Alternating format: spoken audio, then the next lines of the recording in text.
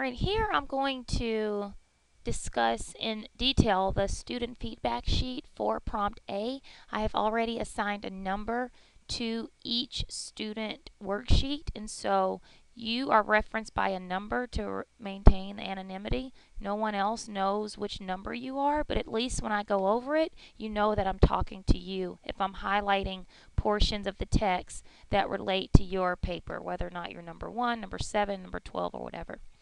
And so I'm going to go over some of the various errors that I noticed when students were completing their DBQ worksheet for this prompt document A. The first thing, the first problem is if the question provides categories, use those category headings. Notice how the question asks you to analyze and assess the various events after the French and Indian War that altered the political, economic, and ideological relationship between Britain and its colonies. Those are the categories. These are the kind of cornerstone components of how to approach the question. And so, student one, these were your categories of how you were going to analyze various events. That is not suitable to what was asked. Student two, your categories were not suitable. And actually, as far as analyze the ways in which the various events altered the relationship, I mean these could be great categories, but some were given for you. So if you had to make up categories on your own, these would have been okay, um, but you weren't summoned to make up your own. So taxes and British criticisms, and so that also those categories also would have been suitable if you had to make up your own ways in which the relationship was altered. But well, these are actually kind of like causes of alteration. So that's not even really a proper classification of the way in which the relationship was altered. And so again, student 7, those categories are just unsuitable. Student 9, student 10, and also student 12. And so that's why it's really important to be able to read the question and decipher what it's asking. And then any time that various different components are referenced, those are your categories. You cannot make up your own. You have to answer that question in each category. How did the French and Indian War alter the political relationship? How did the French and Indian War alter the economic relationship? How did the French and Indian War alter the ideological relationship? Maybe for those students who created their own categories, maybe they just didn't have a firm understanding of what the prompt was asking. And so the next error that I noticed is that the claim that you state in each category should answer the question. So that's what category claims are. It's you answered the question in each category. So like for student number 1, the category shows the American side of the Britain-America relationship. And so let's just hypothetically talk about the category label that you came up with, events in North America. To come up with a claim, you have to answer the primary question. The question is, how did the relationship change? How did the relationship change? Here, your claim is the category shows the American side of the British-American relationship. That still doesn't tell me how does the relationship change. You didn't reference that. You were just restating what is already known. And so also with events in England, how did the relationship change? All right, you did not answer that either. For student number 2, category claims are answering this question as I already stated in each category. So Great Britain politics. Okay, how did Great Britain politics change? Talked about the European traders and how they still needed things from them. Okay, you've got to reclassify. So what is the broader analysis of how things are changing? And so maybe the colonists are starting to lose trust in Europe. Maybe that's a way that it's changing, since you're kind of referencing being a trader. Um, but I'm not sure. And so with number 2, your second category heading was American Revolt. Okay, how did American revolts change the relationship?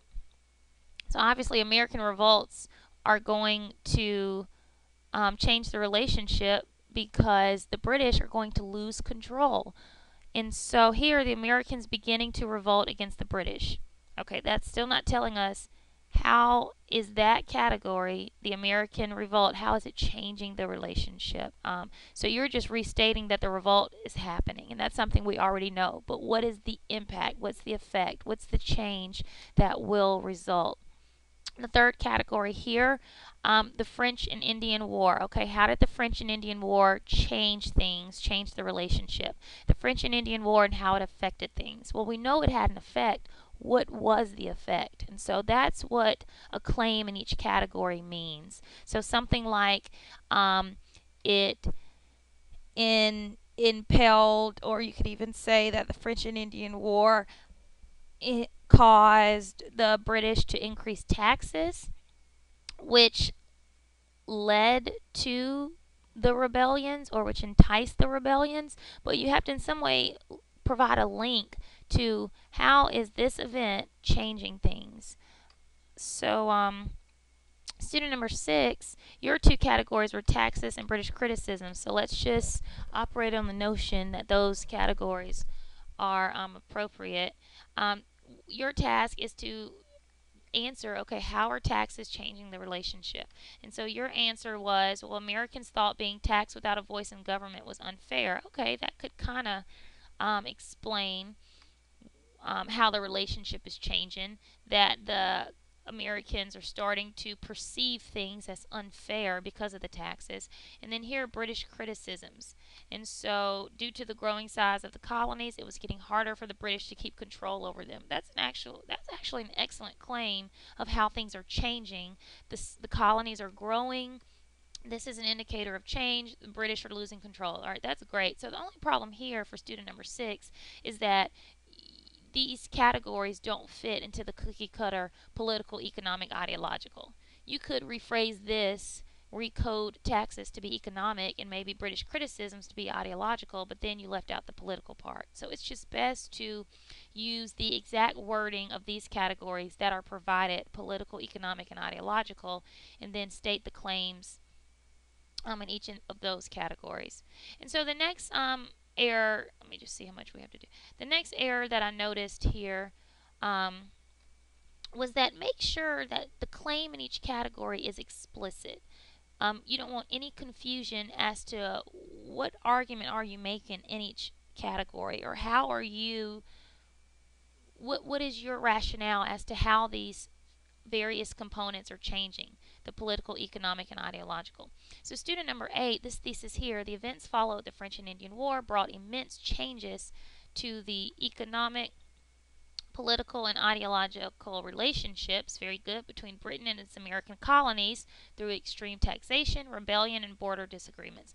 All right, so all of the components are here. They're just not matched with each category. So, for instance, this would have been better to put the extreme taxation with the economic. So the French and Indian War brought immense changes to the economic, you can say, relationship through extreme taxation. So, like, in some way, you just have to figure out how to reword this so that the category claim is with the category. It's changing the economic relationship through the extreme taxation. Very good. The political relationship because of the many rebellions, I guess. I guess is what this category is here. And the ideological relationships because of the border disputes or border disagreements or something like that. But this way, each claim is nested with the category, so it's very easy for the reader to follow, and they know your argument. They know the point that you're making in each claim. And so here, student number 9, colonists wanted independence, and the British wanted control. Britain felt America had to pay back the British for paying for the war, while the colonists felt that they should be free from having to pay taxes since they were American colonists. Due to this, the economic, political, and ideological relationships changed. Okay, so what you did here in this thesis statement is that you identified the categories correctly, very good, but you just made a blanket statement as to why the relationship changed. When in essence, what we need is some type of explanation as to how it changed in the economic realm, some type of analysis of how it changed the political relationship, and then we need some kind of analysis of how the ideological relationship changed. So we don't need a blanket overview statement because this is more so like motive. This is kind of like what's causing the changes. Britain felt they had to pay for the war, the colonists had to pay the taxes. Okay, so that's not really going into detail about how did the relationship change? What is the result? How can you in some way conceptualize the change? This is just kind of like motive here. So the next thing that I noticed here is that make sure the thesis answers the question in its entirety. There were kind of two questions that were asked in this prompt. Explain and assess the ways in which the various events, well, not two questions, they're kind of three questions. Explain the ways in which the events altered the political relationship, how did they alter the economic relationship, and how did it alter the ideological relationship. All of those components must be addressed. So, one thesis, many events in Britain and America affected both sides of the British America relationship that was eventually terminated. Okay, that's a true statement, but what about political, economic, and ideological relationship? How did those things change? Again, with student number 2, you didn't reference how the political, economic, or ideological relationship changed. You also just kind of made a blanket statement that things did change soon after. And so that was already known. You kind of restated what was already known, that things changed. And so the prompt did not, there was no question whether or not things changed or not. We know things changed. So this is asking you in what way did they change. And alter is kind of like another form of change. So student number 4, same problem. No explanation of how, what were the political, economic, and ideological changes. Student number 6. And let me go back to student number 4. This is more so kind of like what's causing the changes. The French and Indian War caused English debt, which led to unfair taxation, which caused the colonists to rebel and change their feelings. All right, very good. So you're just stating the causes of the changes, but that's not what the question asked. The question asked to, in some way, verbalize or in some way categorize the different changes and explain the way in which they changed. So student number 6 here, the relationship between England and its colonies was a strained one at best, with the colonies against taxation without representation, made it harder. English finding it harder to control the colonies. All right, you're right. Yep, all of that's true. But what about the political, economic, and ideological changes? How can you describe those collectively? So here, no reference again to political, economic, or ideological changes. You're just going into detail about the relationship with suffering. There was unfair taxation that caused the rebellion. So most of this thesis so far are about the causes, not about the change. We're focusing on, in some way, articulating the change. King George tried to maintain order, but violent protests for proper treatment continued. Okay, so we still don't know about the changes.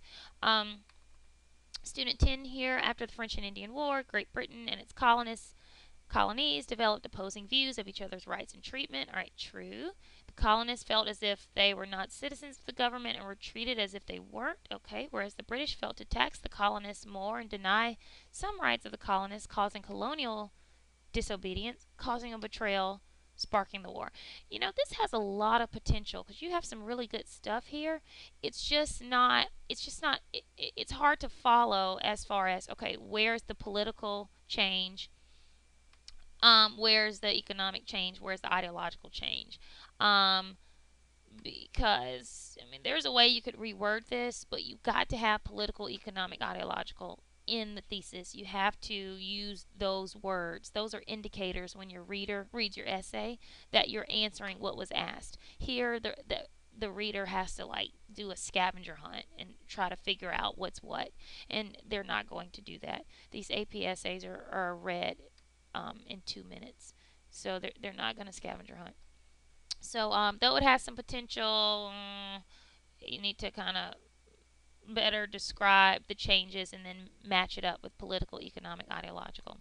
And then here, after the French and Indian War, several events increased hostility between the British and colonists, okay, such as increased power by the colonists, or such as increased power over the colonists, okay, by the British, the taxes imposed by the colonists without them being represented politically, and the British troops stationed in America, which would ultimately result in the colonists' rebellion and the Revolutionary War.